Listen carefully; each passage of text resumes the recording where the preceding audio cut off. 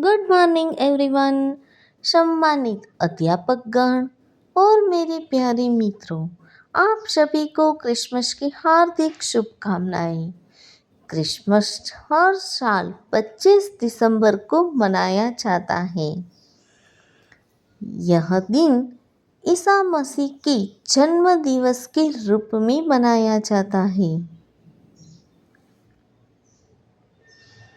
ईसा मसीह ने दुनिया को प्रेम, दया और सत्य का मार्ग दिखाया। इस दिन लोग चर्च जाते हैं, प्रार्थना करते हैं और खुशियाँ बांटते हैं।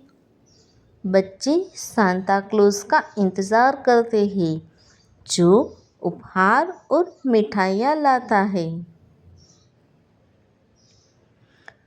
क्रिसमस ट्री सजाना इस त्योहार की सबसे प्यारी परंपराओं में से एक है।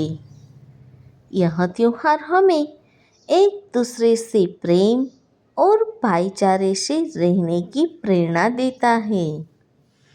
हमें भी ज़रूरतमंदों की मदद कर इस दिन को खास बनाना चाहिए।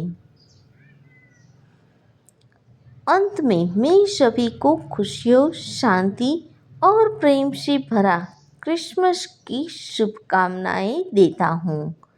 अगर वीडियो पसंद आए तो बेल आइकन दबाकर वीडियो को लाइक, शेयर और चैनल को सब्सक्राइब ज़रूर करें।